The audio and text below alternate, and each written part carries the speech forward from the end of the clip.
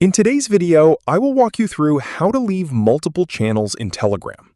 If you've joined a lot of Telegram channels over time and your chat list is starting to get crowded, leaving them one by one can take quite a while. In this video, I'll show you a simple way to clean up your Telegram desktop and leave channels you no longer want to follow. First, let's address how Telegram Desktop handles this natively. If you open up your desktop app, right-click a channel in your sidebar and hit Leave Channel, you can drop them individually pretty quickly.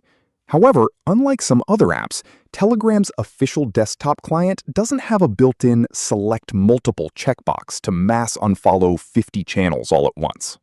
If leaving them permanently feels like too much work right now, there is a brilliant workaround that cleans up your interface instantly without actually unsubscribing: chat folders.